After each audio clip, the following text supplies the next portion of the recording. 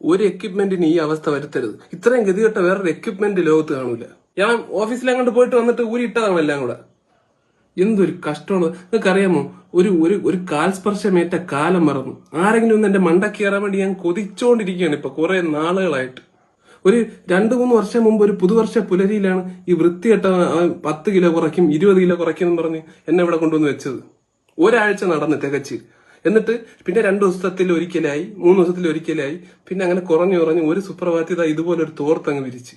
അതാണ് വഴിത്തിരിവായി പോയത്. പിന്നെ ഒരു തിരിഞ്ഞോട്ടം ഉണ്ടായിട്ടില്ല. ഷർട്ടായി, പാന്റായി, നിക്കറായി, പലതരത്തിലുള്ള അടിവസ്ത്രങ്ങളായി, ഇങ്ങനെ വിരിക്കാൻ പറ്റുന്ന എല്ലാം അങ്ങ് വിരിക്കുകയാണ്. വേറെ ഒരു ഉപയോഗത്തിനും ഇല്ല ഇത്. എന്നിട്ടിപ്പോ അവൻ പറയാണ് ഞാൻ അവന്റെ സ്ഥലം മെനക്കെടുത്തെന്ന് പറഞ്ഞ് എന്നെ പ്രാവയും കൂടെ ചെയ്യുന്നവൻ.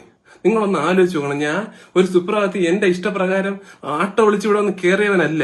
എന്നെ പൈസ കൊടുത്ത് വാങ്ങിച്ചു ഇവിടെ കൊണ്ട് വെച്ചതാണ്. എന്നിട്ട് ഇപ്പൊ പറയുന്നത് ഞാൻ അവന്റെ സ്ഥലം മെനക്കെടുത്തതെന്ന്. നിങ്ങൾക്കറിയാമോ, വേറെ ഒരു ലാൻഡ്മാർക്ക് ആയിട്ട് മാറിക്കൊണ്ടിരിക്കുകയാണ് ഞാൻ ഇപ്പൊ. അച്ഛാ, എന്റെ കളിപ്പാട്ടം കണ്ട? നിന്റെ കളിപ്പാട്ടം ട്രെഡ്മില്ലിന്റെ പടിഞ്ഞാറ് വശത്തുണ്ട് മോനെ. നീ എവിടെ നിൽക്കുന്നടാ മോനെ? ഞാൻ ട്രെഡ്മില്ലിന്റെ അടുത്തുണ്ട് അച്ഛാ. എന്നാ അതിക്കറി ഒത്തിരി ദൂരം നടയടാ എന്നൊരു വാക്ക് മാത്രം ആ വൃത്തിയായിട്ടവൻ പറയൂല.